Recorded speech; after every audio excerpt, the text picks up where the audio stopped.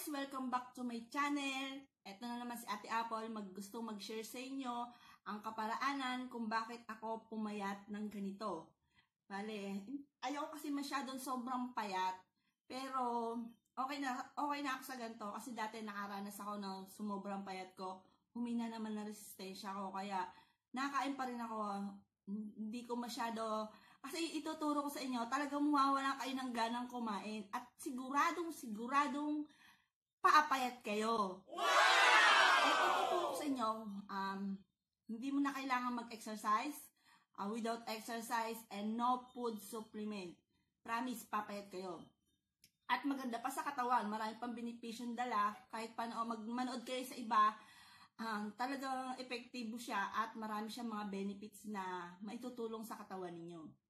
Simulan ko na. Hindi na ako magpapaligay-ligay pa ako ano to.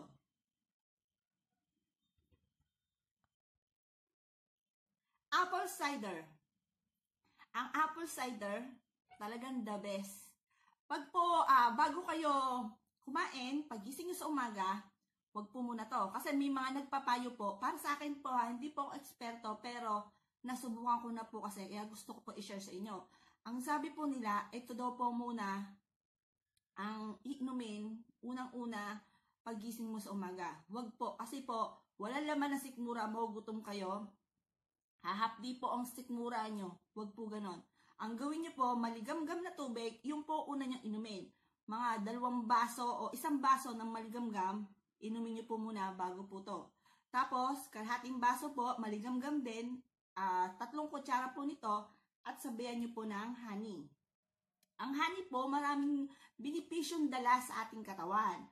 Ang honey po, marami po siyang tulong sa atin. Halimbawa po, hindi po masyado kayo nakakatulog. Ito po, mag-try po kayo ng honey, 1 kutsara lang. Makakatulog po kaagad kayo mga may insomnia. Ito po honey, tulong po sa inyo. Tapos nakakatanggal din po siya sa pimples, nakakatanggal ng mga pimples mark, scars, at stretch mark. Nakatanggal din po itong honey. Nasubukan ko na po ito. Nagkaroon po rin ako ng mga sakit-sakit sa balat sa hita. Ito lang po nakatulong. Talagang marami po itong benefits na dala sa ating katawan. At ganoon din po itong apple cider. Ang apple cider po kasi, once na bago po kayo mag-breakfast, nakainom na po kayo ng gano'n, nung 1 maligamgam, tapos 3 scoop, 1 kutsarang honey, mawawalan po kayo ng gana. Pero po, sa unang araw, syempre, wag po kayo mag-expect. Sa 2 days po, talaga, subok na subok po. 1 week, sigurado po, papayat kayo. Kasi, parang, kung halimbawa po, ang breakfast nyo ay 1 rice, 4 na hotdog, 3 egg, tapos coffee, mababawasan po yon. Magiging half na siya, o tapos 1 hotdog, 2 hotdog, yung egg nyo, half na rin din, o 1 na lang, mababawasan po siya unti-unti. At ang ending po niyan, sa totoo lang, mawawalan po kayo ng ganang kumain. Pipilitin nyo na yung sarili nyo kasi mahihina po resistensya nyo, hindi po pwedeng hindi kayo kakain.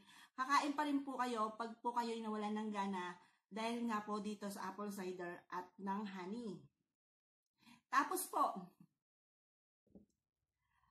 po, malaking tulong din po ang iinom po lagi kayo ng tubig bago po din kumain. Kasi po ito, mabubusog na po kayo sa tubig. Bago po kayo kumain, busog na po kayo. Kaysa po doon sa mas maraming rice kayo mabusog bago saka po kayo inom ng tubig. Mabubusog po muna ka ng mabubusog ng mga karne, ng rice, ng lahat ng kinakain nyo na matataba. Bago po kayo inom ng tubig, mali-mali po yun. Dapat iinom po muna kayo ng tubig bago saka po kayo kakain. Tapos po, nguyain nyo siya, dahan-dahan. Talagang nanamnamin nyo po ang pagkain. Kasi once ang pagkain po ay lunok lang ng lunok, hindi nyo po inunguya, matagal po yung matunaw sa ating tiyan. Kaya po lumalaki ang tiyan natin, nagkakaroon po tayo ng belly, lumalaking tiyan. Kasi yung nga po, yung pagkain kinakain natin na hindi natin inunguyang mabuti, yun nga po, matagal na nai-stack sa ating tiyan, kaya yun po, lumalaki siya. Pero once na nadudurog po siya, talagang kinakain nyo po siya ng mabuti, inunguya nyo siyang mabuti, yun po, mabilis po siyang matunaw, kaya po, hindi po tayo magkakaroon ng belly. At Huwag po agad kayo uupo. Pagtas nyo po kumain, busog kayo, tayo-tayo muna. Pahipahinga, tayo-tayo. Kasi po, pag once na, syempre po, hindi pa siya nahuhulma ng gusto, kahit nginuya siya ng nginuya ng gusto sa bibig ninyo, hindi pa rin siya masyado, no? Kaya kailangan para tumayo ka, para pag nahulma siya, dire-diretso ng gilgil sa hita kasi hindi na nai-stuck sa tiyan. Yun po ang turo din sa akin. Kaya kung mapapansin niyo po, wala akong masyadong belly, malaking tiyan, dahil nga po doon. Tapos po, kasi mahilig ako mag-coffee. Ngayon, kung mahilig ako mag-coffee, minsan nauumay din naman ako. Meron din po akong pang-ano sa inyo para matunaw din lahat agad ng kinain nyo. Ito po, Lipton. Pero po itong Lipton, e-effect lang po siya sa inyo para hanggang 1 week. Dudumi po kayo ng dudumi dito sa Lipton. Pero effective po siya. Kasi pag po, halimbawa once a day po kayo na inom po nito, nawawash out po yung mga pati-pati at mga kinakain po natin pati-pati, nawawash out po niya. Ito po Lipton. Maganda po rin siya talaga, itong Lipton. Pero hindi po, wag po kayong umasa sa kanya na talagang papayat po kayo dahil sa Lipton. Pero nakakatulong po ang Lipton sa inyo.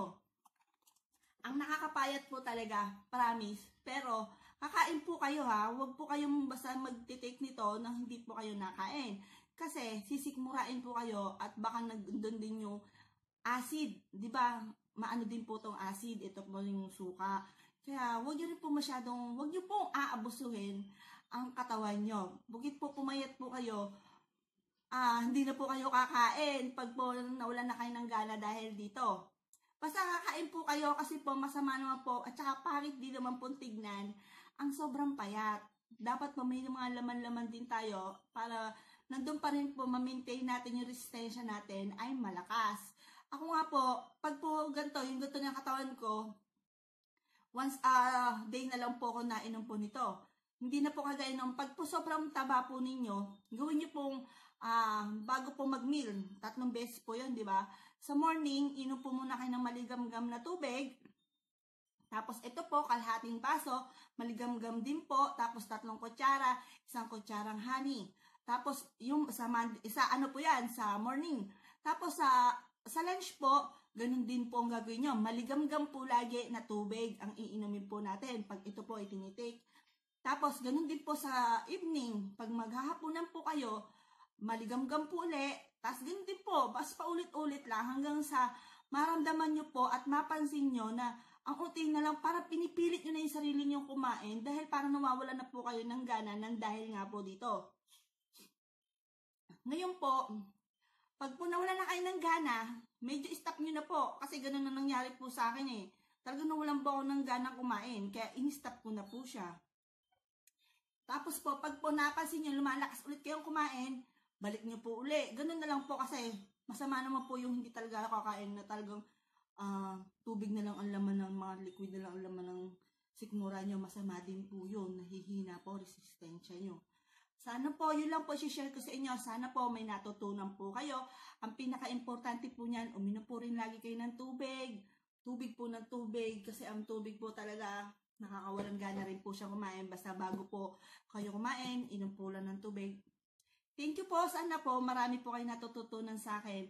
I-try nyo pong i-apply at promise po, totoo po lahat ang sinasabi ko. Talagang papayat po kayo sa mga nahihirapan po dyan, naging obese, nakagaya ko dati sa sobrang hirap, laging hinahapo, lapitin po tayo ng sakit, lalo't nagkakaedad, kailangan po natin mag-diet, kailangan po natin yung mga ganyang sistema, yung kailangan po sa mga kalusugan, alam po natin din yan,